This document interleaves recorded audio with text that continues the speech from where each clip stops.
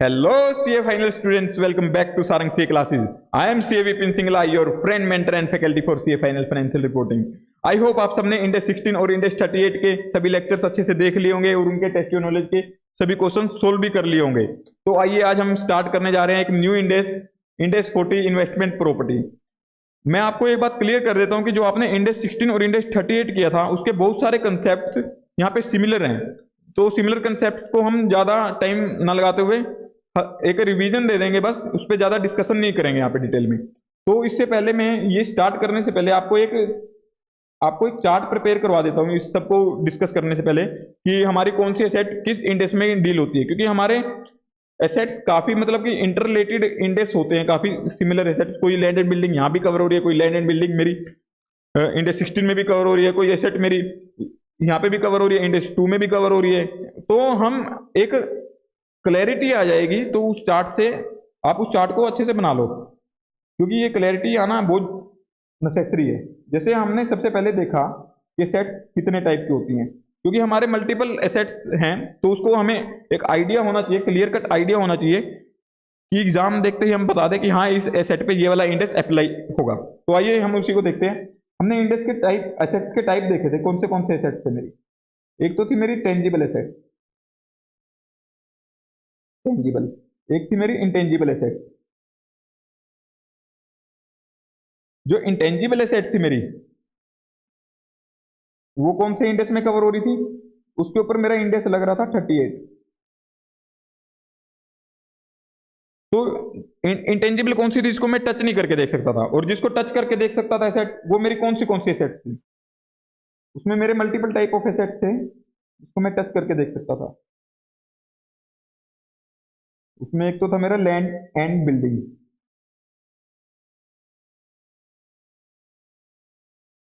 और एक है मेरा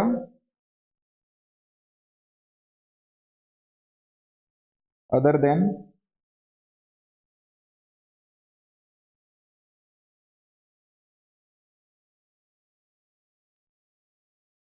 लैंड एंड बिल्डिंग। अब other than land and building का हम देखते हैं कैसे होगा, क्योंकि हमारा जो इंटेंजिबल था उसके लिए तो कोई ज्यादा झोल है ही नहीं, वो तो डायरेक्ट उसके लिए एक सेपरेट इंडेक्स था, इंडेक्स 38, तो वहां मेरा कवर हो जाता है वो वाला। और उसके बाद आता है मेरा other than land and building. Other than land and building मेरा किस लिए हो सकता है, चाहे तो मैं इसको यूज कर सकता हूं अपने बिजनेस के लिए। Other than land and building, other than land and building में कौन से आते हैं, जैसे मेरा फर्नीचर हो गया, मेरी कोई मशीनरी होगी, कोई भी प्लांट हो गया, कुछ भी एसेट हो जाती है मेरी जो टच करके देख सकता हूँ। और जो हमने इंडेक्स 16 में डेफिनेशन रीड की थी वो सारी, मतलब कि जो मेरे टच करके देख सकता हूँ, मोर देन वन पीरियड के लिए मेरी यूज होगी, और किस किस पर्पज के लिए यूज हो सकती है मेरी। जैसे for production, use in production, use in production, use in supply. किसकी सप्लाई, गुड्स या फिर सर्विसेज, दोनों की सप्लाई मेरी कवर थी यहाँ पे। और यूज हो सकती है मेरी इन एडमिनिस्ट्रेटिव एक्टिविटीज,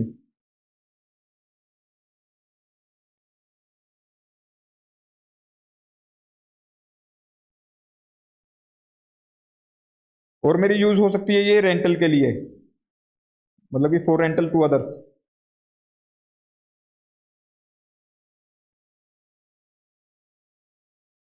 अगर मेरे इस चीज के लिए यूज हो रही है, कौन सी, other than land and building, then तो मेरा इसके ऊपर अप्लाई होगा इंडेक्स 16। अब मैं इसको एक बार के लिए इस रेंटल को यहाँ पे दूसरे कलर से लिख देता हूं, आप समझो इसको थोड़ा सा, फॉर रेंटल टू अदर।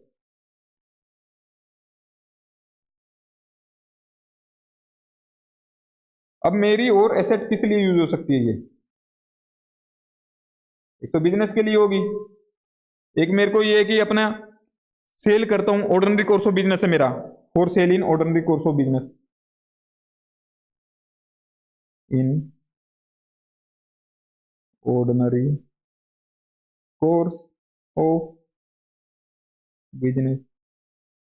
अगर मेरा ऑर्डिनरी कोर्स ऑफ बिजनेस है तो मेरे उसके ऊपर कौन सा इंडेक्स लगता है, उसके ऊपर तो मेरा इंडेक्स 2 ही लगेगा। चाहे कोई भी एसेट हो, आप ऑर्डिनरी कोर्स ऑफ बिजनेस में उसको सेल कर रहे हो अगर, तो इंडेक्स 2 ही अप्लाई होगा। जैसे कि हम एक एग्जांपल भी लिया था कि एक पर्सन, हमने इंडेक्स 16 करते हुए वहां पे एक आई थिंक इलस्ट्रेशन थी, वो एक पर्सन का बिजनेस था कि वो एक कार्स को लेता था, कार्स को रेंट पे देता था 5 ईयर्स के लिए। उसके बाद क्या करता था वो उसको सेल कर देता था।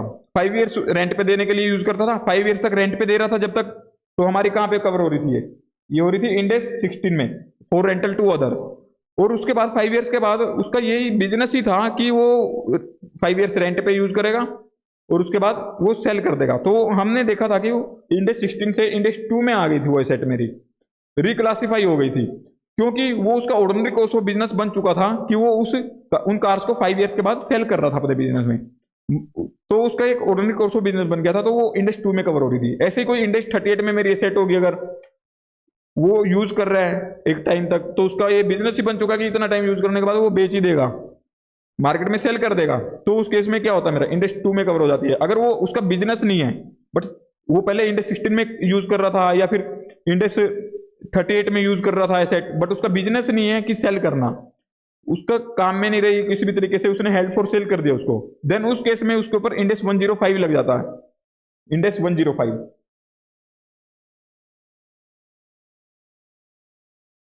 तो यहां पे एक और बना लेते हैं हम, held for cell.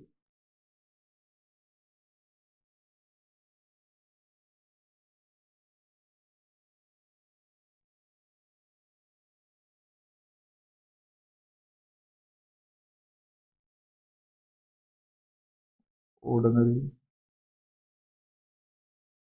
Course of business, अगर ये ऑर्डिनरी कोर्स ऑफ बिजनेस नहीं है, तब कौन से इंडेक्स में होगा मेरा कवर, ये इंडेक्स 105। ये होता है मेरा non current assets held for cell. हमारी जो ऑर्डिनरी कोर्स ऑफ बिजनेस में वो तो होगी मेरी यहाँ पे कवर इंडेक्स 2 में, ऑर्डिनरी कोर्स में। और जो ऑर्डिनरी कोर्स में नहीं है और पहले इंडेक्स 16 में और उसमें यूज हो रही थी इंडेक्स 38 में, तो वो आ गई मेरी इंडेक्स 105 में। और other than land and plant, इसका जो बिजनेस में यूज हो रही है वो यहाँ पे आ गई इंडेक्स 16 में। अब आते हैं हम लैंड एंड बिल्डिंग पे, जो हमारा एक काफी इंपॉर्टेंट पोर्शन है, land and building. Land and building में मेरे मल्टीपल यूजेज हो सकते हैं, जैसे कि एक तो कैपिटल एप्रिसिएशन का पर्पज हो सकता है, कैपिटल एप्रिसिएशन। अब कैपिटल एप्रिसिएशन मतलब कि मैंने 5 लाख की एक बिल्डिंग परचेज की, मैंने सोचा कि उसकी 10 लाख हो जाएगी, 15 लाख हो जाएगी, मतलब कि कैपिटल एप्रिसिएट हो जाएगी। अब मेरे इसमें दो टाइप हो सकते हैं कि एक तो शॉर्ट टर्म कैपिटल एप्रिसिएशन, एक होता है मेरा लॉन्ग टर्म कैपिटल एप्रिसिएशन। अब शॉर्ट टर्म कैपिटल एप्रिसिएशन क्या होता है मेरा, जैसे कि मैंने एक बिल्डिंग या लैंड इसी पर्पज से खरीदी कि इसको सेल कर देना मेरे को, मतलब कि जैसे हम शॉपकीपर क्या करता है, 5 की आइटम आती है उसको 6 रुपए की सेल कर देता मार्केट में, वो परचेज इस पर्पज से करता है कि उसको सेल करनी है कि थोड़ा बहुत प्रॉफिट अर्न कर लेगा। वो शॉर्ट टर्म कैपिटल एप्रिसिएशन होता है उसका, कि छोटा मोटा प्रॉफिट अर्न कर ले, अगर उसका यही पर्पज है कि हाँ वो खरीद रहा है इसीलिए कि बेचनी है उसको, तो उसमें तो ये हो गया कि उसको कैपिटल मतलब लॉन्ग टर्म कैपिटल एप्रिसिएशन से कोई लेना देना नहीं है, तो उसके ऊपर कौन सा लगेगा, शॉर्ट टर्म कैपिटल एप्रिसिएशन है। अगर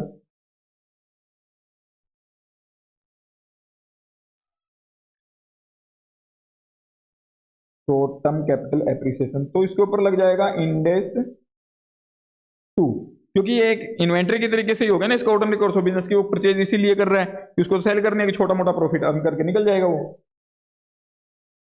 अब इसके बाद होता है मेरा एक, हाँ इसमें एक और रह गया था ना, इसमें दो नहीं है, इसमें यहीं तक ही होगा बस, एक यहाँ पे था एक यहाँ पे हो जाएगा। एक होता है मेरा लॉन्ग टर्म कैपिटल एप्रिसिएशन,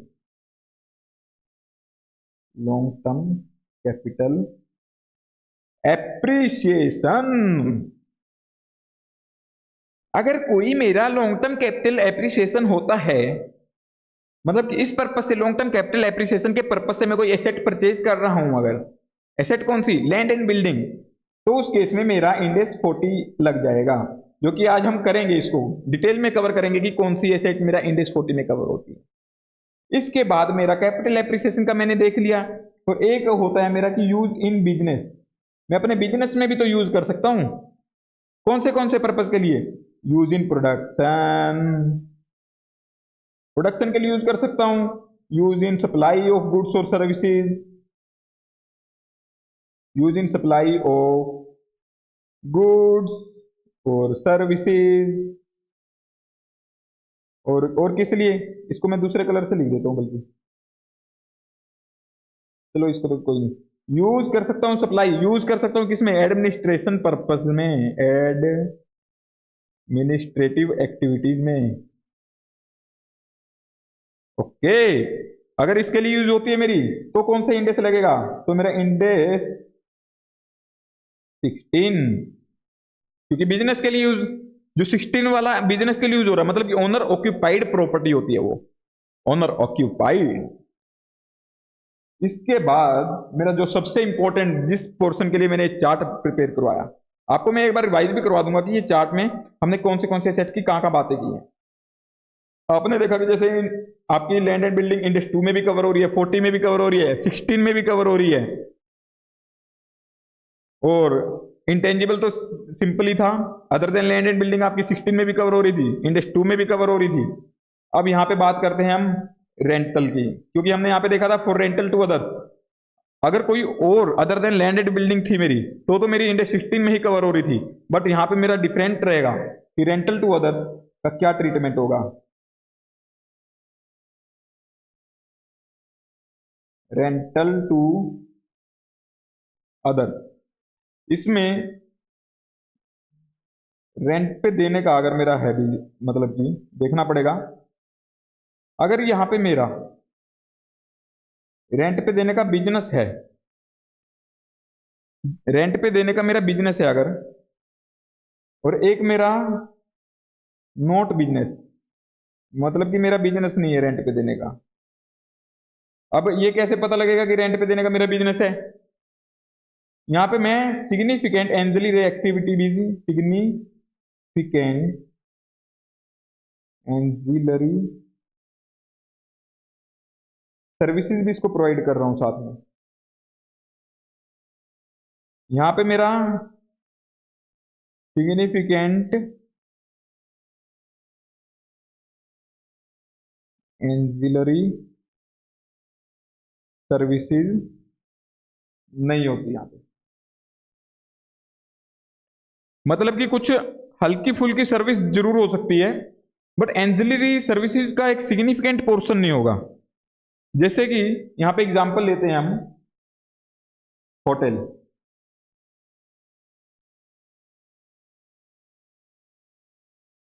यहां पे आपका होगा कि आपने एक अपना खुद का पर्सनल रूम, मतलब कि बिल्डिंग रेंट पे दी, बिल्डिंग गिवन ऑन रेंट। यहां पे आपने सिर्फ एक बिल्डिंग रेंट पे दे दी, उसमें कुछ और अदर सर्विसेज प्रोवाइड नहीं कर रहे हो, जैसे कि ना कोई फर्नीचर दिया उसको साथ में, ना कुछ, आपने एक बिल्डिंग थी वो बिल्डिंग उसको दे दी, ना आप उसको कोई फूड की सर्विस प्रोवाइड कर रहे हो, ना उसको आप लॉन्ड्री की सर्विस प्रोवाइड कर रहे हो। जैसे होटल में आपको क्या मिलता है, यहाँ पे आपको होटल में लॉन्ड्री भी मिल जाएगी, आपको फूड की सर्विस भी मिल जाती है, आपको कूलिंग की सर्विस भी मिलती है, आपको क्लीनिंग की सर्विस भी मिलती है, रूम क्लीनिंग। तो मतलब यहाँ पे सिर्फ उस बिल्डिंग की, जो जिस बिल्डिंग में होटल बना है, सिर्फ उस बिल्डिंग की वजह से आपको इनकम नहीं हो रही, वहां पे साथ में ये एक्टिविटीज भी प्रोवाइड कर रहे हो, तभी आपको इनकम हो रही है। तो मतलब कि आपका धंधा है वो, क्योंकि आप साथ में एंजिलरी सर्विसेज भी दे रहे हो, तो उस केस में क्या होगा, इसके ऊपर लगेगा आपका इंडेक्स 16। और यहां पे आपका कोई बिजनेस नहीं है, कोई एंजिलरी सर्विसेज नहीं प्रोवाइड कर रहे, आपके पास एक बिल्डिंग थी, आपने वो रेंट पे दी है, तो यहां पे लगेगा आपका इंडेक्स 40। अभी जैसे कोई बिल्डर है, बिल्डर काफी सारे इस पर्पज से फ्लैट्स बना देता है कि उसको रेंट पे देना है आगे, तो वो कौन से इंडेक्स में कवर होगा? क्योंकि वो सिर्फ बना के दे रहा है, कोई साथ में एंसिलरी सर्विसेज नहीं दे रहा, बस एक हाँ सिक्योरिटी गार्ड जरूर रख देता अपने पास कि उस बिल्डिंग की मतलब सोसाइटी में, तो वो होती है मेरी इंडेक्स 40 में कवर, क्योंकि वहां पे कोई सिग्निफिकेंट एंसिलरी सर्विस प्रोवाइड नहीं कर रहा हो साथ में। जहां पे एंसिलरी सर्विसेज भी होती हैं मेरी सिग्निफिकेंट पोर्शन, तो उस केस में मेरा इंडेक्स 16 लगेगा और अदर केस में मेरा इंडेक्स 40 लग जाएगा। तो हम ये मोटा मोटी बात की है अभी हम, क्योंकि इससे आपको एक आइडिया हो जाएगा कि कौन से एसेट पे क्या इंडेक्स लगेगा। अब इसके बाद हम डिटेल में डिस्कशन इंडेक्स 40 में जाएंगे, तो हमें एक एक एसेट का हम देखेंगे ये वाली एसेट कौन सी है, किस लिए यूज हो रही है। अब मेरा यहाँ पे एक एग्जांपल और दे देता हूं, जैसे ये मेरे बिजनेस के लिए यूज हो रही थी जो एसेट, मतलब मेरा बिजनेस था यहाँ पे रेंट पे देने का, वो वाली यहाँ पे आ गई। यहाँ पे जिसका मेरा बिजनेस पे नहीं देने का था वो ये इंडेक्स 40 में आ गई मेरी एसेट। तो एक बार मैं इसको सारे को रिवाइज भी करवा देता हूँ आपको। एसेट्स का देखा मैंने, एसेट कितने टाइप की होती है, एक टेंजिबल इंटेंजिबल। इंटेंजिबल का सेपरेट इंडेक्स था इंडेक्स 38, वो मेरा इंडेक्स 38 में चला गया। अब टेंजिबल में मैंने देखा कि लैंड एंड बिल्डिंग होती है और एक other than land and building. Other than land and building का मेरा ये दो ही काम थे कि चाहे तो उसको मैं, और मेरा धंधा है उसको बेचने का, अगर मेरा धंधा है उसका बेचने का तो इंडेक्स 2 में आएगा, और अगर मेरा उसका यूज कर रहा हूँ अपने प्रोडक्शन के लिए, supply of goods services provide करने के लिए, एडमिनिस्ट्रेटिव पर्पज के लिए, रेंटल पे देने के लिए, रेंटल पे यहाँ पे कोई भी हो सकता है, मेरा बिजनेस हो ना हो। यहाँ पे एक लाइन जरूर लिख दो कि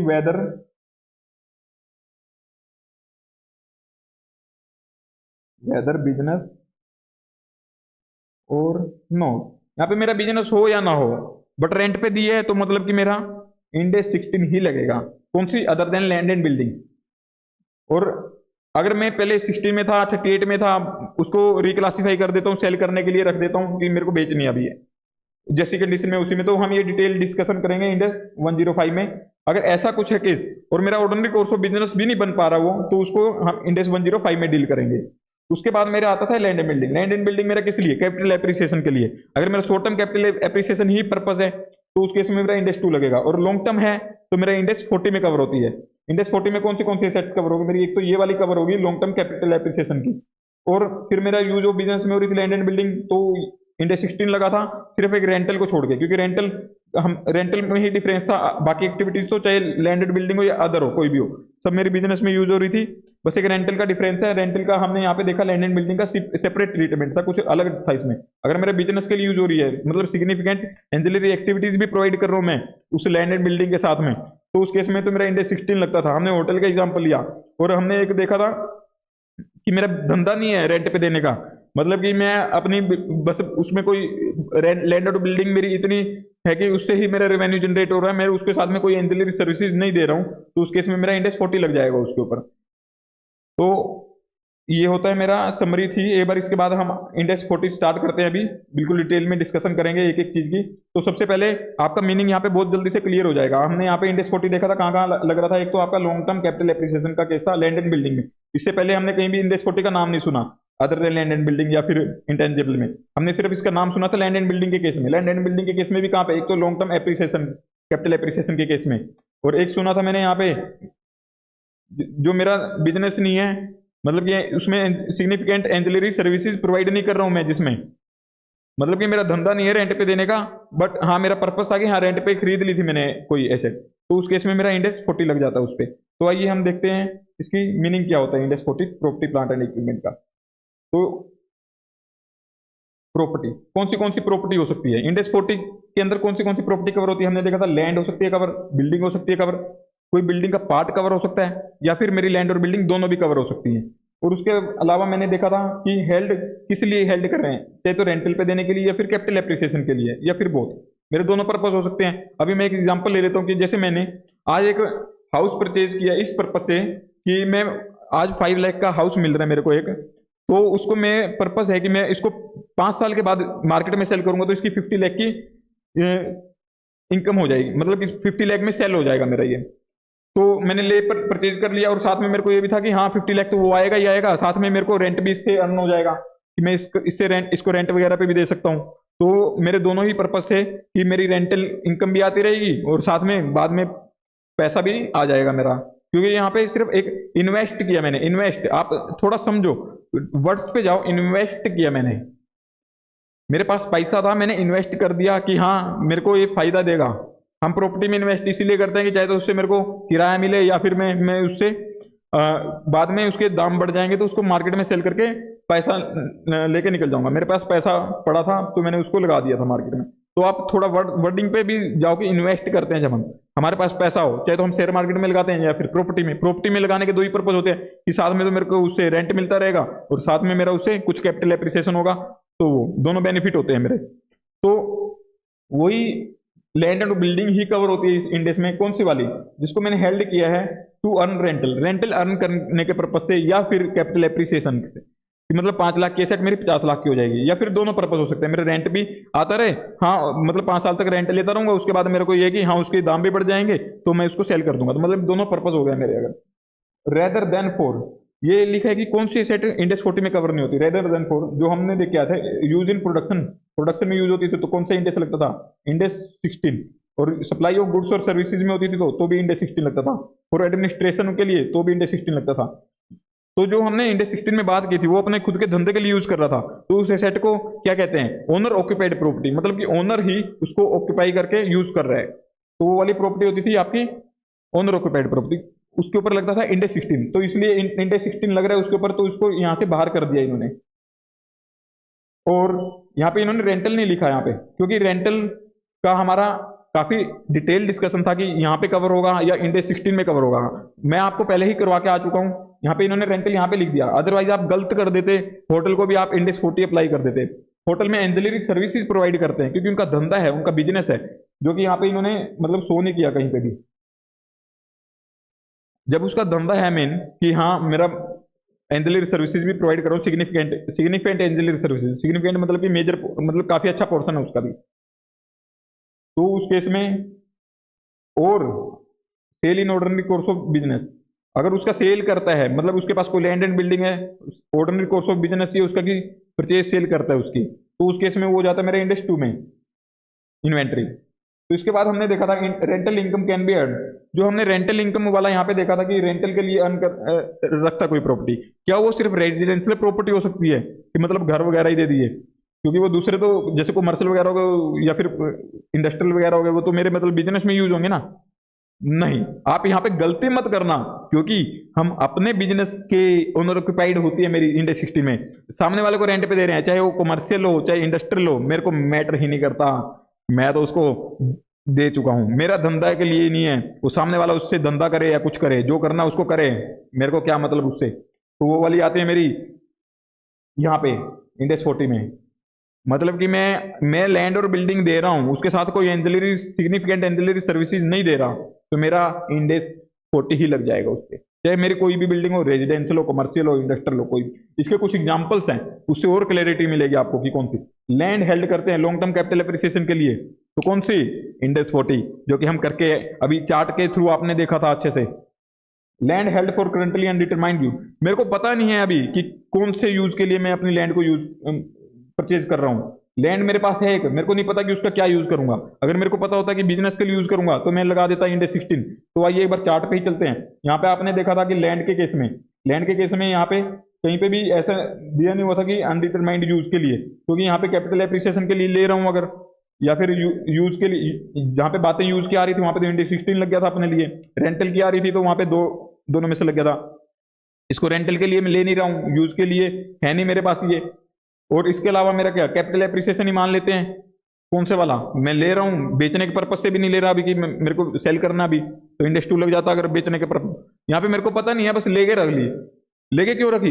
आप नॉर्मली भी अगर मार्केट में मतलब नॉर्मली आपके रियल लाइफ में भी एग्जांपल देखोगे कि आपके पास पैसा होता ना तो आप सोचते हो कि चलो यार कहाँ लगाएं इसको, प्रॉपर्टी में लगा देते हैं, थोड़े रेट वगैरह बढ़ जाएंगे, तो मतलब उनको ये होता है कि प्रॉपर्टी में लगा दो, कोई घाटा नहीं होने वाला, प्रॉपर्टी के दाम बढ़ते ही है हमेशा। यही होता है कि जैसे शेयर मार्केट में लगा के ऐसे नहीं सोचते, उसमें तो ये हो सकता है कि मे बी वो कंपनी डूब जाए। हम ये होता है कि चलो पैसा घर पे पड़ा पड़ा कोई बढ़ तो रहा नहीं, तो प्रॉपर्टी में लगा देते हैं। मेरे को पता नहीं है फ्यूचर में क्या यूज करूंगा, तो हम यही मान लेते हैं कि अगर उसका ये नहीं पता कि कौन सा उसका क्या यूज करूंगा, तो उसको ये मान लेते हैं कि कैपिटल एप्रिसिएशन वगैरह के लिए होगा, तो उसके ऊपर इंडेक्स 40 लगा देते हैं यहाँ पे, treated as held for capital appreciation, तो वही इधर लिखा है। और यहाँ पे इसके बाद आती है मेरी building owned and leased out under one और मोर ऑपरेटिंग लीज। तो आपको मैं एक बार लीज का भी थोड़ा सा टच करके टच ज़्यादा नहीं करूंगा क्योंकि ये काफ़ी बड़ा टॉपिक है जो कि हम इंडेक्स 116 में कवर करेंगे और काफ़ी डिटेल में। तो यहाँ पे जितना रेलेवेंट होगा आपके लिए उतना बता दूंगा एक बार। मेरा जो एक होती है, दो तरीके की लीज होती है। एक तो मेरे ऑपरेटिंग लीज जो मतलब कि आप नॉर्मली मतलब रेंट वगैरह पे दे देते हो, वो मान लो। एक होती है मेरी फाइनेंस लीज। मेरी लीज दो टाइप की होती है, एक ऑपरेटिंग लीज, एक फाइनेंस लीज। अब फाइनेंस लीज ये होती है कि मैं उसका ओनर नहीं रहता हूँ, ये लगा लो कि मैं अपनी बुक्स में नहीं दिखाऊंगा अगर मैंने फाइनेंस लीज पे दे दी है, क्योंकि उसका जो मेजर बेनिफिट होते हैं उससे सेट से वो सामने वाली पार्टी लेगी उससे, क्योंकि उसका वो डिटेल में देखेंगे कि कितना बेनिफिट होगा, कितना यूज करेगी, कितना मेजर लाइफ वो यूज करेगी। तो मतलब कि ये मान लो कि वो एसेट मैंने ली जरूर थी, बट वो मैं अपने तरफ से डी रिकॉग्नाइज कर चुका हूं अपनी बुक से फाइनेंस लीज में। ऑपरेटिंग लीज में मतलब एसेट मेरी होती है, बट हाँ रेंट पे दे दिया मैंने उसको, उसका मतलब कि मेजर बेनिफिट वो वाला पार्टी नहीं लेगी जिसको मैंने ऑपरेटिंग लीज पे दी है। तो ये मानो कि ऑपरेटिंग लीज को एक बार के लिए आप समझ लो कि रेंट पे दी है, और फाइनेंस लीज को ये समझ लो कि मैंने अपनी बुक से हटा ही दी है, मतलब उसको ही ट्रांसफर कर दिया एक हिसाब से। तो डिटेल में डिस्कशन हम जैसे जैसे इंडेक्स 116 करेंगे तो उसके अंदर करेंगे डिटेल में। बिल्डिंग ओन मतलब मैंने ली और लीज कर दी उसको बाहर ऑपरेटिंग लीज पे, मतलब वन और मोर ऑपरेटिंग लीज। एक बिल्डिंग थी मेरी, उसके एक फ्लोर किसी पर्सन को दे दिया, दूसरा फ्लोर किसी पर्सन को दे दिया, या फिर दोनों ही एक को दे दिए, कुछ भी हो सकता है वन और मोर। तो मतलब कि मैंने सिंपल रेंट पे दी है, कोई यहाँ पे एंजिलरी सर्विसेज सिग्निफिकेंट एंजिलरी सर्विसेज वगैरह नहीं दे रहा, तो इस केस में कौन सा इंडेक्स लगेगा? तो मेरा इंडेक्स 40 ही, तो उसी का तो एग्जांपल है इंडेक्स 40 के ही है। मतलब इन्वेस्टमेंट प्रॉपर्टी किसकी, कौन सी इन्वेस्टमेंट प्रॉपर्टी मानी जाएगी? तो ये वाली भी इन्वेस्टमेंट प्रॉपर्टी है अगर मैं उसको ऑपरेटिंग लीज पे दे रहा हूँ। बिल्डिंग वेकेंट, वेकेंट है but held to be lease out under, मेरी कोई बिल्डिंग खाली पड़ी है बट मैं इसलिए हेल्ड कर रहा हूँ कि उसको लीज पे दे दूंगा, अभी दी नहीं है, मेरा पर्पज है कि देनी है, ठीक है। तो इस केस में क्या होगा, ये भी मेरा इंडेक्स 40 में आएगी। मेरे को इंटेंशन देखना है कि उसका क्या इंटेंशन है, उसका क्या पर्पज है। जरूरी नहीं है कि मैं उसको लीज पे ही दे रखी हूँ। प्रॉपर्टी बीइंग कंस्ट्रक्टेड और developed for future use as investment property. अब मान लो मैंने प्रॉपर्टी एक बना रहा हूँ, बनाई है एक, या फिर डेवलप की है इस पर्पज से कि मैं उसको फ्यूचर में इन्वेस्टमेंट प्रॉपर्टी के तरीके से यूज करूंगा, मतलब कि रेंट वगैरह पे दूंगा इस पर्पज से। तो उस केस में क्या होगा, वो वाली भी मेरी इंडेक्स 40 में कवर होती है। मेरे को पर्पज देखना है, purpose. If developed by building, अगर मान लो यहाँ पे ये भी लिखा होता ना कि अनडिटरमाइंड, मेरे को पता ही नहीं कि क्या यूज होगा, तब भी मेरी यहाँ हो रही थी, तो मेरे को अगर ये कह रहा है कि हाँ मेरा पर्पज है कि इन्वेस्टमेंट प्रॉपर्टी के लिए यूज करूंगा, तो इंडेक्स 40 लगाने में क्या दिक्कत है फिर? जब मेरे किसी इंडेक्स में कवर ही नहीं हुई थी पहले, तो क्या दिक्कत है यहाँ पे लगाने में? प्रॉपर्टी बीइंग कंस्ट्रक्टेड और डेवलप्ड फॉर फ्यूचर यूज, ये हो गया। इफ डेवलप्ड बाय बिल्डिंग और रियल एस्टेट कंपनी, अगर कोई बिल्डिंग या रियल एस्टेट कंपनी उसको बनाती है with the objective of rental income. मैंने ये एग्जांपल दिया था, आपको ये लग सकता है कि ये इनका तो बिजनेस ही होता है ना रियल एस्टेट कंपनी का, तो बट यहाँ पे सिर्फ वो बिल्डिंग बना के एक रेंट पे दे रही है, कोई साथ में सिग्निफिकेंट एंजिलरी सर्विसेज नहीं दे रही है, तो उस केस में ये वाला भी इंडेक्स 40 में ही कवर होता है, इन्वेस्टमेंट प्रॉपर्टी लगेगा इसके ऊपर। तो अब हम बातें करते हैं कि इन्वेस्टमेंट प्रॉपर्टी तो बात कर ली हमने कि ये वाली एसेट है, ये वाली तो लगेगा किसके ऊपर नहीं है। तो आइए देखते हैं किसके ऊपर ये not applicable. Used in production और सप्लाई, कोई एसेट मेरी जो प्रोडक्शन में यूज हो रही है, सप्लाई ऑफ गुड्स और सर्विसेज में यूज हो रही है during normal course of business, तो उसके ऊपर तो इंडेक्स 16 लगता है, हम देख के आ चुके हैं, इसको हम ओनर ऑक्युपाइड प्रॉपर्टी बोलते हैं। अब इसके अलावा और मेरी कौन सी होती है, held for short term appreciation के लिए मैंने देखी थी इंडेक्स 2 लगा था। ये चार्ट देखो हमारा कितना यूज आ रहा है, मतलब जो चार्ट हमने बनाया है इसके अलावा और कोई एसेट आपको दिखेगी ही नहीं, यही है बस।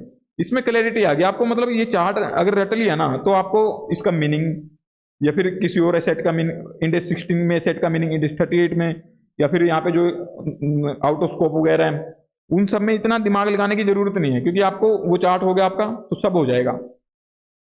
जैसे इसमें short term property classified as held for sale, वही क्लासिफाई कर दी, पहले 16 में यूज कर रहा था, 38 में था मेरा एसेट, अब मतलब क्लासिफाई कर दिया यहाँ पे 105। बट अगर ये मेरा ऑर्डिनरी कोर्स ऑफ बिजनेस ही होता है कि उसको रिक्लासिफाई करके सेल करता हूँ, तो इंडेक्स 2 लग जाता है वहाँ पे, ये यहाँ पे कहीं भी नहीं दिया हुआ है, ठीक है, बट उसके ऊपर इंडेक्स 2 लग जाता है। Land is use for extraction of mineral, अगर लैंड यूज होती है एक्सट्रैक्शन ऑफ मिनरल वगैरह के लिए, तो उसके ऊपर इंडेक्स 106 लगेगा। ओके, तो यहाँ पे लैंड का कैसा है, ये थोड़ा इंपॉर्टेंट मार्क कर लो, इसको देख लेना कि अगर लैंड इसके लिए यूज हो रही है तो property developed by real estate company for it sale in the future during normal. Property develop कर रहा है कोई रियल एस्टेट कंपनी, उसके सेल करने के लिए फ्यूचर में, उसका नॉर्मल कोर्स ऑफ बिजनेस ही है, during normal course of business, तो वहां पे इंडेक्स 2 लगेगा। अगर वो डेवलप कर रहे हैं रेंटल पर्पज से तो लगेगा मेरा इंडेक्स 40, अगर वो सेल करने के पर्पज से डेवलप कर रहा है तो उसके ऊपर लगेगा मेरा इंडेक्स 2। प्रॉपर्टी बीइंग कंस्ट्रक्टेड और developed on behalf of third parties. अगर मैं किसी प्रॉपर्टी को डेवलप कर रहा हूं या कंस्ट्रक्ट कर रहा हूं थर्ड पार्टी के बिहाफ पे, तो उस केस में क्या होगा, मेरी तो प्रॉपर्टी नहीं है, मैं क्यों खुश हो रहा हूं, उसके ऊपर लगेगा इंडेक्स 115, जो कि हम बात करेंगे आगे आने वाले इंडेक्स में। ये होता है रिवेन्यू का इंडेक्स। तो मेरे को तो एक किसी और के लिए काम कर रहा हूं ना, मैं तो कंस्ट्रक्ट कर रहा हूं थर्ड पार्टी के बिहाफ पे, तो उसको अपने बुक्स में कैसे दिखा दूं, उसको तो 115 में डील करूंगा। तो हम अभी तक ये करके आ चुके हैं, अभी ये हो चुका है हमारा। इसके बाद आते हैं हम 2 मिनट जस्ट सेकेंड, हाँ, इसके बाद आते हैं हम relation of index 40 with index 116। अभी बातें करते हैं हम इंडेक्स 40 का क्या रिलेशन है इंडेक्स 116 के साथ, इनका क्या रिलेशन है आपस में, और रिलेशंस की बातें करते हैं। आप अपने जो रिलेशंस बना के रखे हो ऑफिस में दूसरे आर्टिकल के साथ,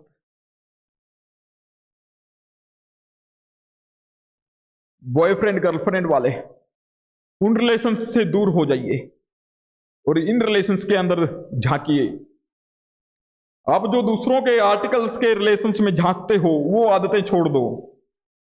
आप जो यहां इंडेक्स 40 और इंडेक्स 116 का है, इसमें झांक के देखो क्या रिलेशन है इनका आपस में।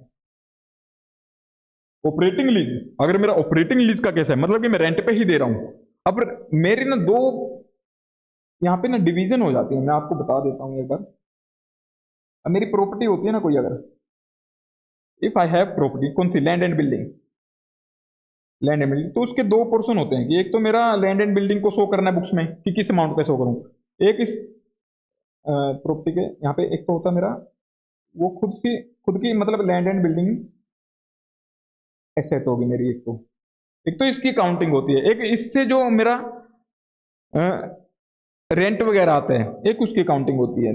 यहाँ पे दो पर्सन हो जाते हैं मेरे, कि एक तो खुद वो एसेट, एक जो उससे इनकम हो रही है उसकी। तो अब ये हमारा मेजर यहाँ पे कंसर्न रहेगा कि उनके रिलेशंस में इन दोनों का क्या ट्रीटमेंट होता है, कि एक तो उस खुद एसेट का, एक जो उससे इनकम हो रही है उसका। आपको मैं बता देता हूं कि जो उसका रेंटल इनकम होता है, ये तो हमेशा से ही आपका इंडेक्स 116 में ही डील होगा। उसकी अकाउंटिंग तो इंडेक्स 116 ही बताएगा कि क्या करनी है, इंडेक्स 40 नहीं बताएगा। अब बातें करते हैं हम यहां पे operating lease. Laser will do accounting of investment property, जो इन्वेस्टमेंट प्रॉपर्टी की अकाउंटिंग है वो बताएगा इंडेक्स 40, कि हम बुक्स में किस अमाउंट पे रिकॉग्नाइज करेंगे। अगर मैं परचेज करता हूं कोई, अगर मैं किसी को रिक्लासिफाई करता हूं, तो वो इंडेक्स 40 बताएगा कि उसकी क्या काउंटिंग होगी, उसका आगे इनिशियल सब्सिक्वेंट जो भी है आपका, वो सब इंडेक्स 40 बताएगा, मतलब इसकी। और उससे अगर कोई रेंट आएगा आपको, तो उसकी अकाउंटिंग कौन बताएगा, उसकी बताएगा इंडेक्स 116। जब मैं देने वाला हूं, मतलब कि मैंने दी है और सामने वाला जो ले रहा है, मैं जो दे रहा हूं रेंट पे मैं लेसर, जो सामने यूज कर रहा है वो लेसी, हम दोनों की बुक्स में कैसे कैसे जो रेंट लेसी से मेरे को मिल रहा है उसकी क्या अकाउंटिंग ट्रीटमेंट होगा, क्या उसको कैसे डील करेंगे, जो रेंट आ रहा है वो बताएगा इंडेक्स 116।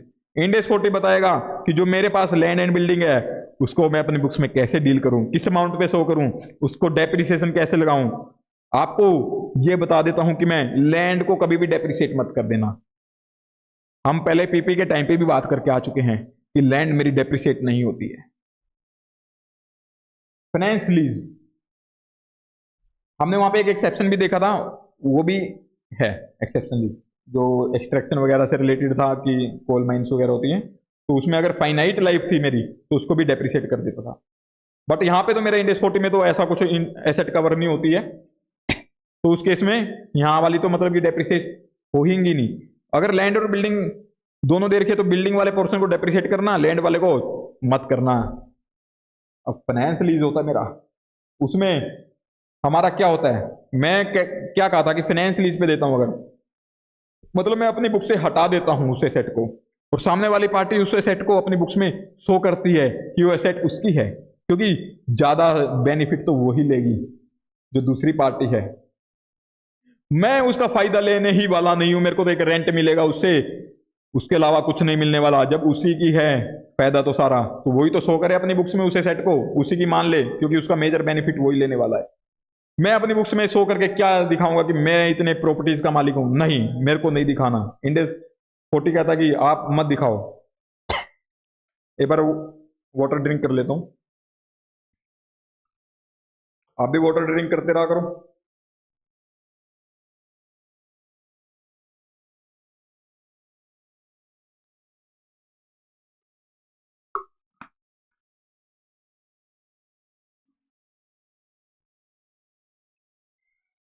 हाँ जी, फाइनेंस लीज के केस में मैंने देखा था कि मैं सामने वाली पार्टी को रेंट पे देता हूं तो मैं अपनी बुक से डी रिकॉग्नाइज कर देता हूं। क्यों? क्योंकि जो उस एसेट से मेजर बेनिफिट्स होने वाले हैं वो मेरे को नहीं, उसको मिलेंगे, मेरे को तो सिर्फ एक रेंट मिलेगा। अब सामने वाली पार्टी ही उसका सारा फायदा उठाएगी, तो मैं अपनी बुक्स में दिखा के करूं क्या? क्या मैं भ्रम में जीना चाहता हूं? इंडेक्स 40 कहता है कि आप भ्रम में मत जियो, इंडेक्स 116 कहता है कि आप भ्रम में मत जियो, फाइनेंस लीज पे दी है तो आप अपनी बुक से डी रिकॉग्नाइज कर दो। और पार्टी कौन सी रिकॉग्नाइज करेगी? जिस पार्टी ने आपसे लीज पे ली है। ये बात हो रही है फाइनेंस लीज की। ऑपरेटिंग लीज मेरा नॉर्मल रेंट की तरीके से जैसे रेंट पे देते हैं वही ट्रीटमेंट था, और यहाँ पे बातें हो रही है हमारी की मेरी बुक, मतलब कि ये मान लो कि मेरी एसेट है ही नहीं, वो एसेट सामने वाले की है। तो उस केस में क्या करेंगे? उस केस में मेरी बुक्स में तो इंडेक्स 40 एप्लीकेबल होने से रहा। अब सामने वाली पार्टी का देखेंगे कि वो किस लिए यूज कर रही है उस एसेट को। क्या अपने धंधे के लिए यूज कर रही है? अगर अपने धंधे के लिए यूज कर रही है, किसी में प्रोडक्शन में, supply of goods services, administrative purpose के लिए, तो उस केस में तो वहां पे मेरा क्या लग जाएगा? इंडेक्स 16। अगर उसका पर्पज है कि हाँ मेरा रेंटल पे देने के लिए सामने किसी को, कौन सा रेंट? ऑपरेटिंग लीज या रेंट? अगर वो फाइनेंस लीज पे देती है तो उसको फिर डी रिकॉग्नाइज करना पड़ेगा, मतलब उसकी भी एसेट नहीं है वो। तो मतलब यहाँ पे बातें हो रही हैं कि जिसकी एसेट है जो उसका मेजर बेनिफिट लेगा, क्योंकि यहाँ पे हमने जो एसेट कवर की थी, यहाँ पे दो इन्वेस्टमेंट प्रॉपर्टी कवर होती थी। मैं चाहे तो उसका ओनर हूं या फिर फाइनेंस लीज वाली। अगर मैंने फाइनेंस लीज पे ली है तो मैं ही ओनर माना जाऊंगा, और अगर मैं उस मेरी ही खुद की है तो मैं ही ओनर हूं उसका। यहाँ पे दो वो वाली एसेट कवर हुई थी, अब दो यहाँ पे कवर हुई थी, तो मैंने अगर फाइनेंस लीज पे दे दिया तो मैं तो उसका ओनर रहा ही नहीं, तो मान के चलो। तो सामने जो ओनर है अब उसकी बुक्स में देखेंगे कि उसका क्या पर्पस है। क्या उसको रेंट पे देने का पर्पस है? कौन से रेंट पे देने का? अगर उसका रेंट पे या ऑपरेटिंग लीज पे देने का पर्पस है तो उसकी बुक्स में इंडेक्स 40 लग जाएगा। और अगर उसका पर्पस ये है कि वो भी आगे फाइनेंस लीज पे दे, तो उस केस में उसका भी अपनी बुक से हट जाएगा, तो ओनर जिस पार्टी को आगे वो लीज पे देगा वो वाला ओनर बन जाएगा। फिर हम उसकी बुक्स में देखेंगे। तो मैं यहाँ पे ना एक चार्ट बनवा ही देता हूँ आपका, हल्का सा, हल्का हल्का सा चार्ट बना देते हैं। ज्यादा बड़ा नहीं होगा ये, पहले वाला तो जैसे बहुत बड़ा था। जैसे मेरे पास एक बिल्डिंग है, मैंने उसको क्या किया, एक ऑपरेटिंग लीज पे दी सामने वाले पार्टी को। तो मेरे ये वाला, मैं अपनी बुक्स में क्या करूंगा ट्रीटमेंट, इन माई बुक,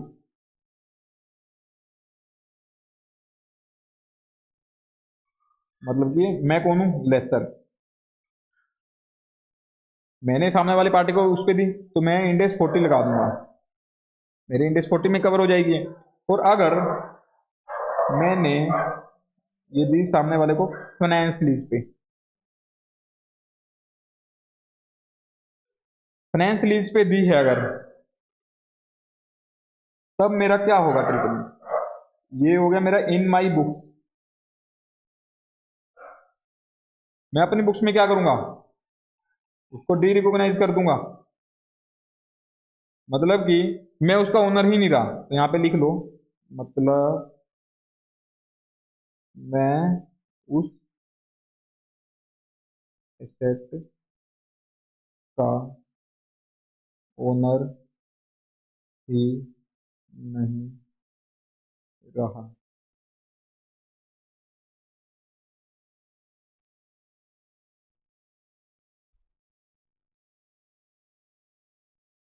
अब इसमें जैसे आपकी गर्लफ्रेंड है या आपका बॉयफ्रेंड है, दुनिया के नजरों में है कि वो आपकी गर्लफ्रेंड बॉयफ्रेंड है, बट आपसे बातें ही नहीं करती। बातें करती है वो थर्ड पर्सन से, सारा टाइम उसको देती है। तो आप भ्रम में जी रहे हो कि वो आपकी गर्लफ्रेंड है, आपका बॉयफ्रेंड है। तो इंडेस कहता है कि अगर मैं आपको भ्रम में नहीं जीने दूंगा, आप रियल लाइफ में गर्लफ्रेंड बॉयफ्रेंड कैसे हो, भ्रम में जी रहे हो, बट ये भ्रम में नहीं जीने देगा। ये कहेगा कि मैं मानता हूं कि जो उससे बातें कर रहा है, जिससे बातें कर रही है, जिससे बातें कर रहा है, ये उसी की ही है। तो चाहे आपके नाम पे हो ना हो, दुनिया को क्या लगता है किसकी है, जिस जो उसका फायदा उठा रहा है ज्यादा, जो उसका मेजर बेनिफिट्स लेगा, वो हम देखेंगे कितना बेनिफिट, वो इंडेक्स 116 में देखेंगे।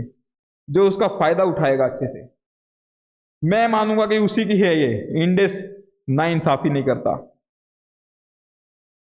मतलब मैं उस एसेट का ओनर ही नहीं रहा।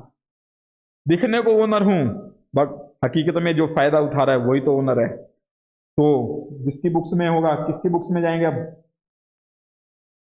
ये था मैं लेसर, ये आ गया इन लेसी बुक्स, इन दी लेसी बुक्स।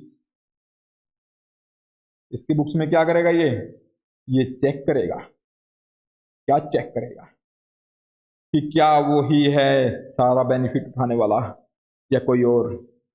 अगर इसका पर्पस है कि खुद के धंधे के लिए यूज करेगा, use in production, supply of इसकी गुड्स या सर्विसेज, या फिर एडमिनिस्ट्रेटिव एक्टिविटीज के लिए, तब तो मेरा लग जाएगा इसके ऊपर इंडेक्स 16। अगर इसका पर्पस है कि सामने वाले को फाइनेंस लीज पे दे दे,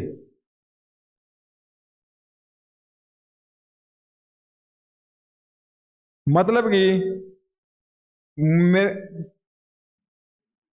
टाइम वो भी यूज नहीं कर रहा, उसके भी फ्रेंड से बातें करते हैं उसके भी। मतलब कि जिस पार्टी को मैंने लीज पे दी है वो भी उसका फायदा नहीं उठा रहा, मेजर बेनिफिट वो भी नहीं ले रहा, तो मतलब कि वो भी उसका ओनर नहीं हुआ। तो जिस पर्सन को इसने बेनिफिट दिया है, third party, in the books of third party, यहाँ पे थर्ड पार्टी, ये कौन हुआ? सबलेसी। जो सबलेसी होगा उसकी बुक्स में क्या होगा? ट्रीटमेंट। तो जो ये ट्रीटमेंट हम देखेंगे ऊपर, वही सेम ट्रीटमेंट इसके ऊपर अप्लाई हो जाएगा। तो मतलब कि फाइनेंस लीज वाला ट्रीटमेंट अप्लाई कर दोगे, फाइनेंस लीज वाला ट्रीटमेंट।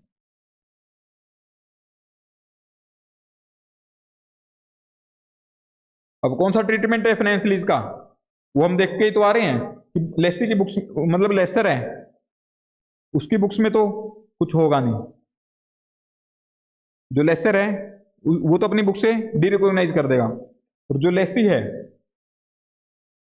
जो लेसी है वो क्या करेगा?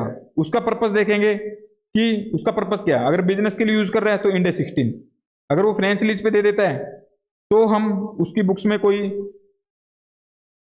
उसकी बुक से भी डी रिकॉग्नाइज कर देंगे, उसकी बुक से डी रिकॉग्नाइज कर देंगे अगर वो फाइनेंस लीज पे देता है। और अगर वो ऑपरेटिंग लीज पे देता है तो उस केस में मेरा इंडेक्स 40 अप्लाई हो जाएगा।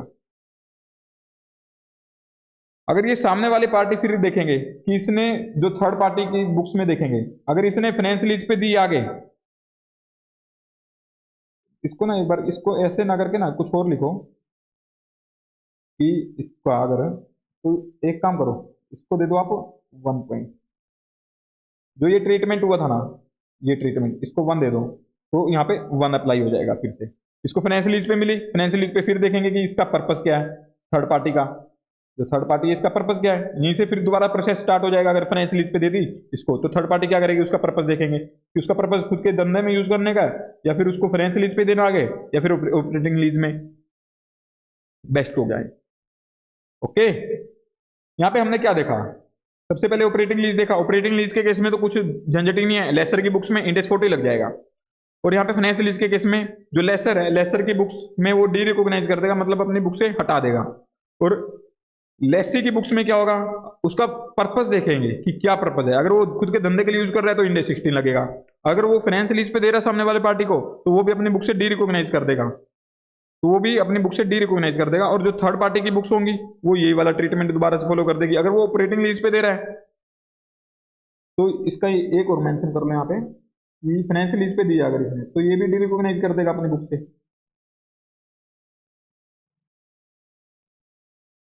ये भी तो डी रिकॉग्नाइज करेगा ना।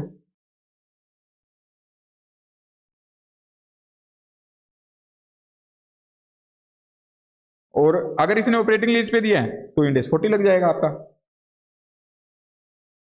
फाइनेंशियल लीज पे दिया तो ये फिर सामने थर्ड पार्टी का हम देखेंगे कि उसने आगे क्या पर्पस था उसका, क्या नहीं। तो हमारा इंडेक्स 40 किस केस में लगा, ऑपरेटिंग लीज के केस में, कि मैं मेरी प्रॉपर्टी थी। और सिंपल टर्म में जो ये हमने इतना बड़ा चार्ट बनाया अभी, इसको सिंपल टर्म्स में बोलूं, ओनर कौन होता है, ओनर चाहे तो मेरी प्रॉपर्टी है या फिर मैंने किसी से फाइनेंशियल लीज पे ली है तो मतलब कि मैं उसका ओनर हूं। अगर मैंने उसको सामने वाले पार्टी को रेंट पे या ऑपरेटिंग लीज पे दी है तो मैं उसके ऊपर इंडेक्स 40 लगाऊंगा, अदरवाइज मैं इंडेक्स 40 नहीं लगाऊंगा। सिंपल। तो हम इतना झंझट में फंसे क्यों है कि ऑपरेट फाइनेंशियल लीज है क्या है, हम देख रहे हैं जो भी है। हम सिंपल ये देखें कि मैं उसका ओनर हूं या फिर मैंने फाइनेंशियल लीज पे ली है। तो दोनों केस में अगर मैं ही ओनर हूं, डीम्ड ओनर हो गया उसमें फाइनेंशियल लीज के केस में, अगर मैंने फाइनेंशियल लीज पे ली है तो मतलब मैं ही उसका ओनर हूं और मैं खुद ही ओनर हूं तो उसमें तो कोई इशू है ही नहीं। अगर मैं उसको फिर ऑपरेटिंग लीज पे देता हूं तो फिर देखते हैं कि उसका क्या पर्पज है। अगर ऑपरेटिंग लीज पे देता हूं या फिर रेंट पे देता हूं तो मतलब इंडेक्स 40 लग जाएगा मेरा। सिंपल। इतनी छोटी सी बात को इतना घुमा घुमा के बता रहे हो सर, ये भी जरूरी था बताना। तो इसमें देखते हैं क्या लिखा है, लेसर और lessee will do accounting of lease rental index 16। तो इनकी रेंटल की अकाउंटिंग तो इंडेक्स 116 के अकॉर्डिंग ही होगा। और लेसर क्या करेगा, फाइनेंशियल लीज के केस में जो लेसर है वो तो ओनर रहा ही नहीं, जिसने प्रॉपर्टी ली वो ओनर है उसका, तो ये अपनी बुक से क्या करेगा, डी रिकॉग्नाइज कर देगा।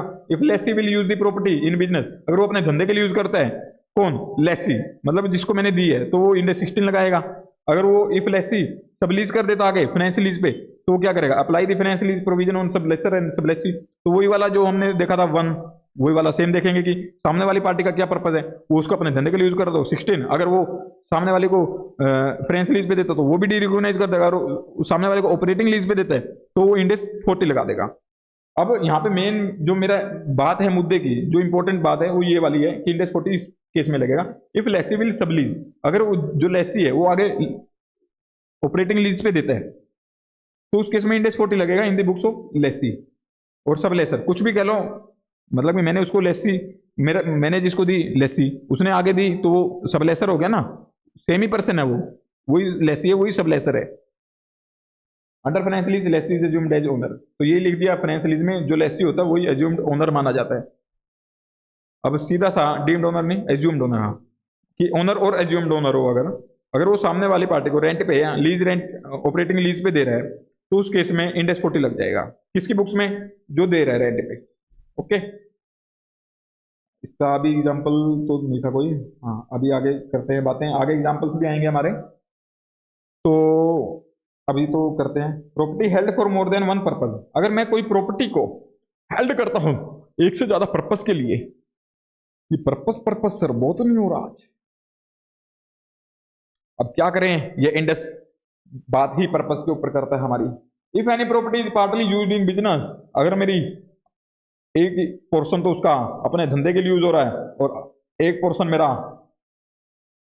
And partly let out, partly मैं लेट आउट कर देता हूँ, मतलब रेंट वगैरह पे दे देता हूँ, ऑपरेटिंग लीज पे दे देता हूँ, फाइनेंशियल लीज पे दे देता हूँ, then application of relevant index will depend on तो हमें देखना पड़ेगा कि अगर मान ले एक प्रॉपर्टी है मेरी, एक बिल्डिंग है मेरी 5 फ्लोर्स की, तो कौन से इंडेक्स लगेगा, क्योंकि मैं उस बिल्डिंग के 2 फ्लोर्स अपने लिए यूज कर रहा हूँ अपने बिजनेस के लिए, 3 फ्लोर मैंने ऑपरेटिंग लीज पे दे रखे हैं, रेंट पे दे रखे हैं।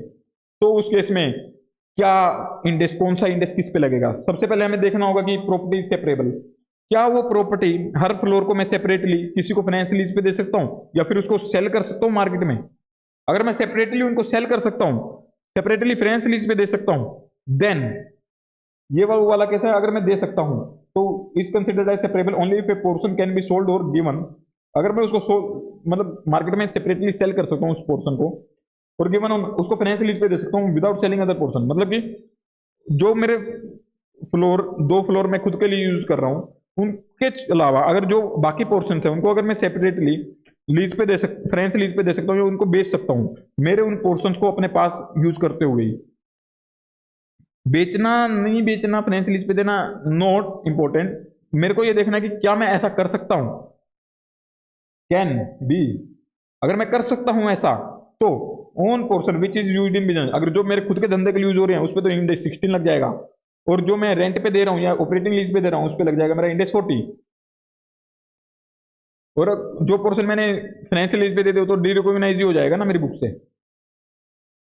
इतना इजी है। आपने अगर वो वाला चार्ट जो सबसे पहले बनाया था हमने उसके ऊपर कमांड ले ली ना, तो आपके लिए एकदम हलवा है, आपके लिए बहुत इजी रहेगा ये वाला इंडेक्स।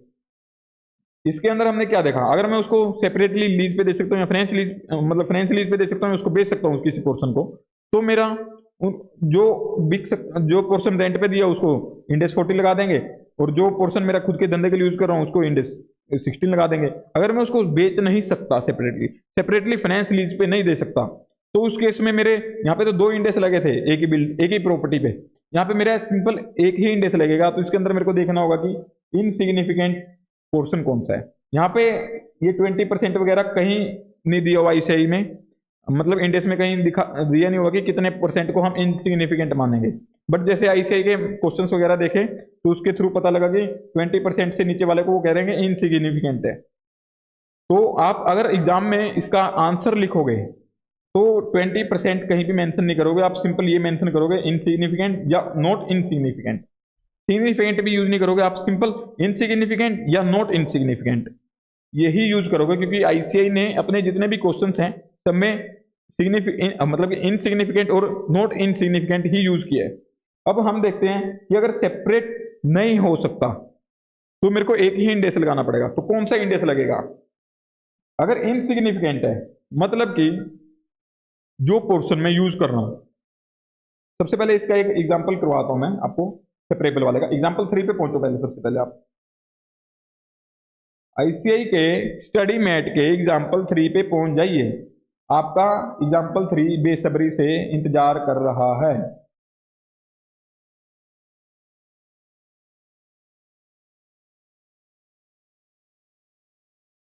एग्जांपल 3, आई थिंक हम काफी आगे आ गए।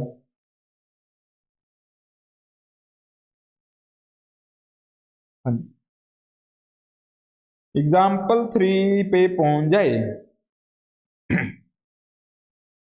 हाँ जी, तो नोबिता देखो, एन एंटिटी ओन से होटल, एक एंटिटी ओन करते है एक होटल को, विच इंक्लूड से हेल्थ एंड फिटनेस सेंटर। एक एंटिटी एक होटल को ओन करती है, उसके अंदर एक हेल्थ एंड फिटनेस सेंटर भी है, house in A separate building, जो सेपरेट बिल्डिंग में है, मतलब कि होटल की एक सेपरेट बिल्डिंग है, उसके अंदर एक उनका हेल्थ और फिटनेस सेंटर है। That is part of the premises of the entire hotel, जो कि होटल प्रीमाइसेस का एक पार्ट ही है, उसके अंदर एक बिल्डिंग थी, उसके अंदर एक हेल्थ एंड फिटनेस सेंटर बना हुआ है। The owner operates the hotel and other facilities of the hotel with the exception of the health and fitness center which can be sold or leased under reference lease। तो ये कह रहे हैं कि जो हेल्थ एंड फिटनेस सेंटर है उसके अलावा जितना भी होटल है उसकी जितनी भी पोर्शन है उन सभी को क्या करता है, दी ओनर ऑपरेट करता है होटल और अदर फैसिलिटीज को। एक्सेप्शन दे रखा है उसने हेल्थ एंड फिटनेस सेंटर का, मतलब कि हेल्थ और फिटनेस सेंटर को वो खुद से ऑपरेट नहीं करता है, तो उसका क्या करते हैं, उसको मतलब कि जो हेल्थ एंड फिटनेस सेंटर है उसको सोल्ड किया जा सकता है और लीज पे दिया जा सकता है फाइनेंस लीज पे, मतलब कि ये सेपरेबल वाला केस हो गया मेरा। मतलब कि सेपरेटली उसको फ्रेंच लीज पे भी दे सकता हूँ और उसको सोल्ड भी कर सकता हूँ। तो मतलब ये सेपरेट वाला केस है, तो इसके अंदर सबसे पहले ये देखना पड़ेगा कि सेपरेट वाला केस है तो मेरे 2 इंडेस एप्लीकेबल होंगे यहाँ पे, 2 इंडेस में कवर होगा मेरा। The health and fitness centre will be lease on to an independent operator, ये एक इंडिपेंडेंट ऑपरेटर को उसने लीज पे दे दिया है क्या हेल्थ एंड फिटनेस सेंटर को। The entity has no further involvement in the hand, तो एंटिटी का जो जिसने दिया उसका कोई इन्वॉल्वमेंट नहीं उसके अंदर। In this scenario management should classify the hotel and other facilities as PP, तो जो पोर्शन होटल और अदर फैसिलिटीज जो खुद से ऑपरेट कर रही है, मतलब खुद ओनर ऑक्यूपाइड है होटल और अदर फैसिलिटीज जो प्रोवाइड कर रही है, तो वो वाला पोर्शन तो उसका इंडेक्स 16 में कवर हो जाएगा in accordance with index 16। And health and fitness centre होगा उसका इंडेक्स 116 में कवर, ठीक है। If the domain management should classify the hotel and properties as PP in accordance with index 16 and health and fitness, यहाँ पे index 40 लगा लो आप। Index 16 116 के अंदर तो मेरा होता है क्या कवर, यहाँ पे इंडेक्स 40 आएगा। इंडेक्स 116 में तो कवर होती है उसकी रेंटल की अकाउंटिंग, की रेंटल की अकाउंटिंग कैसे होगी, यहाँ पे रेंटल की अकाउंटिंग होगी और यहाँ पे उसकी हेल्थ एंड फिटनेस सेंटर की अकाउंटिंग होगी। जो बिल्डिंग है उसकी अकाउंटिंग यहाँ पे होगी, जो इन्वेस्टमेंट प्रॉपर्टी है मेरी उसकी अकाउंटिंग इंडेक्स 40 में होगी और रेंटल की अकाउंटिंग आपकी इंडेक्स 116 में। तो यही देना था इनको, यहाँ पे इंडेक्स 40 का इन्होंने दिया नहीं। If the health and fitness centre could not be sold or leased out separately on a finance lease then because the owner occupied portion is not insignificant, यहाँ पे देखा है हमें, यहाँ एक्चुअली क्या है कि ये चेक ही नहीं करना होता अगर सेपरेबल का केस है। इफ यहाँ पे इन्होंने देखा कि अगर सेपरेट नहीं कर सकते, अगर नहीं कर सकते इन केस सेपरेबल का केस नहीं है, उस केस में बताना है। उस केस में हम देखेंगे कि इनसिग्निफिकेंट है या नॉट इनसिग्निफिकेंट है। नॉट इनसिग्निफिकेंट है तो उस केस में क्या करेंगे, उसको ओनर ऑक्युपाइड मान लेते हैं। अभी ये इनसिग्निफिकेंट वाला पोर्शन मैं आपको करवा देता हूँ कवर, ये वाला अभी किया नहीं था हमने कवर, ठीक है। अभी सेपरेबल के केस में तो हमने कोई सिग्निफिकेंट मतलब इनसिग्निफिकेंट वाला केस नहीं देखा कोई, इसमें तो सिंपल मेरे 2 इंडेक्स लग जाते हैं। अब बात आती है मेरी नॉट सेपरेबल वाले केस में, क्योंकि इसमें मेरे को एक ही इंडेक्स लगाना है और वो इंडेक्स किस बेसिस पे मैं डिसाइड करता हूँ, वो डिसाइड करता हूँ मैं इनसिग्निफिकेंट का कितना पोर्शन है। अगर इनसिग्निफिकेंट पोर्शन को मैं अपने धंधे के लिए यूज कर रहा हूं तो इंडेक्स 40 लग जाएगा, और जो नॉट इनसिग्निफिकेंट पोर्शन है उसको अपने बिजनेस के लिए यूज कर रहा हूं तो मेरा इंडेक्स 16 लग जाएगा।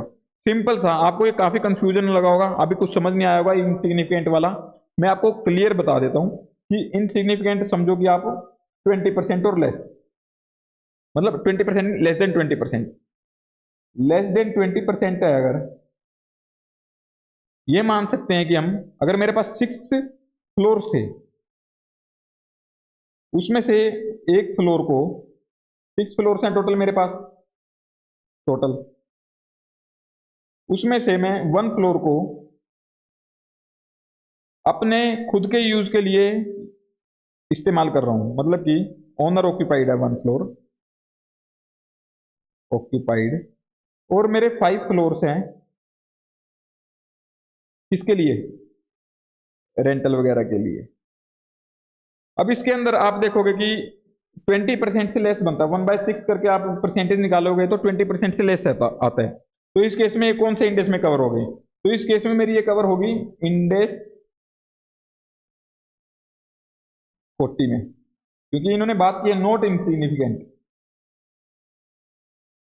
नहीं इनसिग्निफिकेंट है ना ये, इनसिग्निफिकेंट पोर्शन बिजनेस के लिए यूज हो रहा है, बिजनेस के लिए मेरा सिर्फ एक फ्लोर यूज हो रहा है, मतलब कि 20% से कम है, 20% से कम मेरा बिजनेस के लिए अगर यूज होता है तो इंडेक्स 40 लग जाएगा। अभी तक तो आपने ये बात कर ली, अगर इससे ज्यादा पोर्शन मतलब इन 20% और मोर होता है यूज बिजनेस के लिए तो इंडेक्स 16 लग जाता। अब सिंपल सा आपको एक लॉजिक बताता हूं, आप जब ऑफिस में काम करते हो तो आप देखते होंगे कि आप काम चोरी करते हो, आप चाहते हो कि आपका काम कोई और ही कर दे, आप काम से बचना चाहते हो, आप रिस्पॉन्सिबिलिटी नहीं लेना चाहते। एम्प्लॉयज भी यही होता है, येड़ा बन के पेड़ा खाते हैं।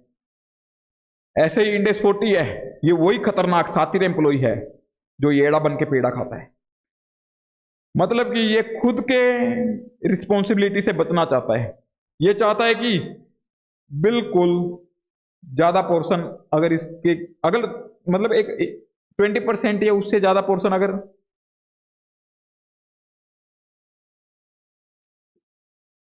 इसने, जो इंडेक्स 40 है वो ऐसा है कि वो सोचता है कि अगर 20% से ज्यादा, उस 20% या उससे ज्यादा उसने बिजनेस के लिए यूज कर लिया ना अपने, अगर मान लो 30% भी उसने अपने बिजनेस के लिए यूज कर लिया, बिजनेस के लिए यूज करते हैं तो कौन सा लगता है, इंडेक्स 16।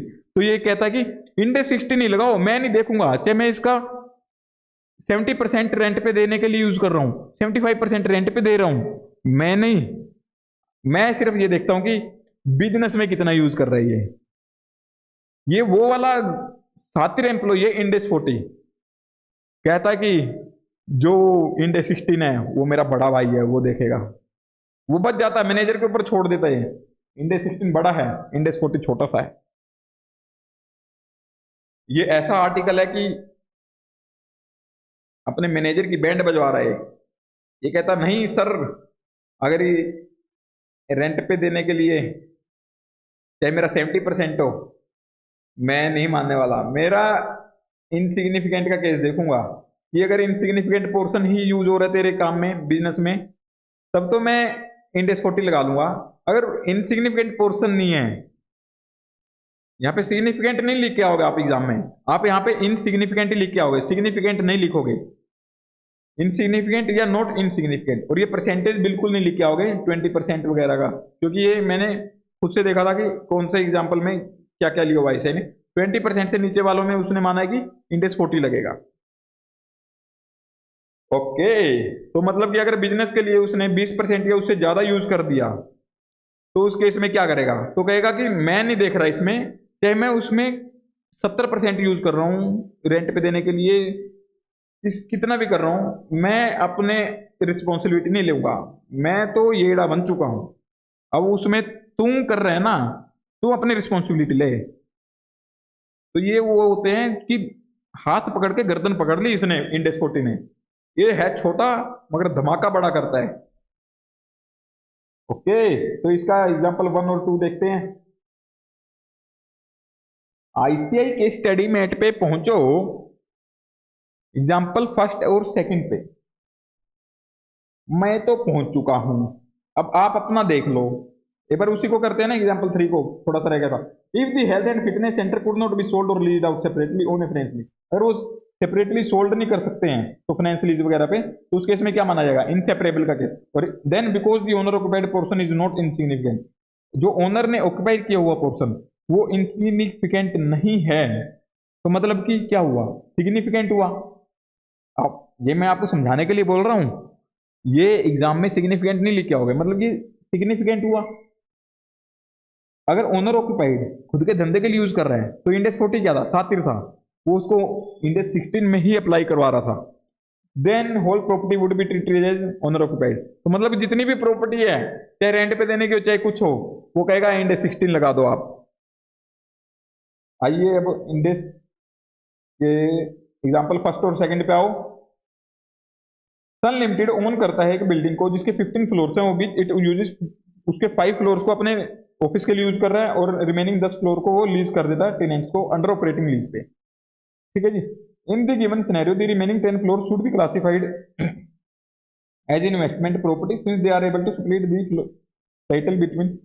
देखो इसमें यहाँ पे 15 फ्लोर्स हैं, उसमें से 5 फ्लोर वो दे देता है, बट यहाँ पे उसने दिया नहीं है कि वो फ्रेंच लीज पे दे सकता है या ऑपरेटिंग मतलब सेल कर सकता है। अगर नहीं दिया तो इन्होंने क्या एज्यूम किया कि वो सेपरेटली, हम देखते हैं कि जैसे दिल्ली जैसे शहरों में फ्लैट सिस्टम होता है तो सेपरेटली सेल हो जाते हैं, तो इन्होंने ये एजम्पन ली, तो आप एजम्पन भी लिखाना in the remaining 10 floor should be, तो इन्होंने कहा कि 10 फ्लोर्स को तो हम since they are able to split the title between the floor, तो उसको आप मान लो कि इंडेक्स 40 लगा दो 10 फ्लोर पे जो उसने रेंट पे दिए। Moon Limited uses 35% of the office floor space of the building as its head office. It leases the remaining 65% to tenant. जो मून लिमिटेड है वो यूज करता है 35%, जो ऑफिस का फ्लोर है उसका 35% पोर्शन तो वो यूज कर रहा है बिल्डिंग का खुद के काम के लिए, एज इट उसका उसने अपना हेड ऑफिस बना रखा है, और जो बाकी का पोर्शन है उसने लीज कर दिया 65% को टेनेंट्स को, but it is unable to sell the tenant space or to enter the finance lease solely related solely to it, तो मतलब कि वो सेल नहीं कर सकता उसको, उसने लीज पे तो दे दिया है बट सेल नहीं कर सकता। जैसे कि एक आपका मतलब रूम और वॉशरूम अटैच्ड है, जैसे बॉम्बे जैसे शहरों में आपने देखा होगा कि लोग वॉशरूम जैसी जगह पे भी रहते हैं, उसी के अंदर खाना बनाते हैं। मैंने एक इमेज देखी थी कुछ टाइम पहले सोशल मीडिया पे। अगर ऐसा कुछ सिचुएशन है कि आपने एक 1 RK लिया, 1 BHK, उसमें 1 रूम है और एक उसमें टॉयलेट है। अब आपने उस टॉयलेट को किसी को रेंट पे दे दिया है, बट आप उस टॉयलेट को सेपरेटली सेल नहीं कर सकते, आपको कंप्लीट सेल करना पड़ेगा, या फिर फाइनेंस लीज पे कोई उस टॉयलेट को नहीं लेगा। बट कोई पर्सन आपको मिल गया कि जो उसको एक बार रेंट पे लेने को रेडी हो गया, क्योंकि उसको कहीं जगह नहीं मिल रही थी, उसको रहना था। सर कितने गंदे गंदे एग्जाम्पल दे रहे हो आप, थोड़े तो ढंग के एग्जाम्पल दो। अब क्या करूं, आपको समझ ही ऐसे एग्जाम्पल्स आते हैं। तो ऐसा ही कैसा कि एक ऑफिस फ्लोर है, उसको सेपरेटली वो दे नहीं सकता, मतलब सेल नहीं कर सकता या फ्रेंच लीज पे नहीं दे सकता। तो उस केस में हमारा कौन सा केस हो गया है, इनसेपरेबल का। और इनसेपरेबल के केस में हमने देखा था कि मेरा एक ही इंडेक्स लगेगा, और एक ही इंडेक्स कैसे डिसाइड होता था, मेरा इनसिग्निफिकेंट है या इनसिग्निफिकेंट नहीं है। वो यहाँ पे मेरा 35% क्या है, 35% मेरा 20% से ज्यादा है। अगर ज्यादा हो जाता था तो मैंने देखा था कि इंडेक्स 16 कहता था, ओ इंडेक्स 40 बड़ा सातिर था, वो कहता था कि तू एक पोर्शन खुद के धंधे के लिए यूज कर रहा है, मतलब कि इनसिग्निफिकेंट पोर्शन नहीं है जो, मतलब कि 20% से ज्यादा है, 20% या 20% से ज्यादा, तो उसके ऊपर तू अब खुद ही लगाता रहे क्या ट्रीटमेंट करना क्या नहीं, मैं नहीं देखूंगा उसको। वो भार हो गया था, तो इसके ऊपर लगेगा index 16। The company should not classify the property, इसको क्लासिफाई नहीं करेंगे investment property as the 35% use by the company is significant. इन्होंने लिख दिया इनसिग्निफिकेंट, नॉट इनसिग्निफिकेंट ही लिख के आओगे। ICI करे तो करे। ये थर्ड हमने देख लिया था, तो आपको एक बार मैं रिवाइज सा करवा देता हूँ थोड़ा सा। हमने सबसे पहले एक चार्ट से बातें की थी, एक चार्ट किया था हमने प्रिपेयर। चार्ट में हमने देखा था एसेट के पोर्शन, एक टेंजिबल था एक इंटेंजिबल, इंटेंजिबल का सेपरेट इंडेक्स था, तो हमने उसमें ज्यादा झमेला नहीं था। जो ज्यादा झमेला था वो था मेरा टेंजिबल में। टेंजिबल का मेरा एक लैंड एंड बिल्डिंग था, एक other than land and building. Other than land and building में भी इतना झंझट नहीं था, उसके अंदर सिर्फ ये सीधा था कि अगर उसको अपने सेल कर रहा हूँ ऑर्डिनरी कोर्स ऑफ बिजनेस में, तो मेरा इंडेक्स 2 लगता था।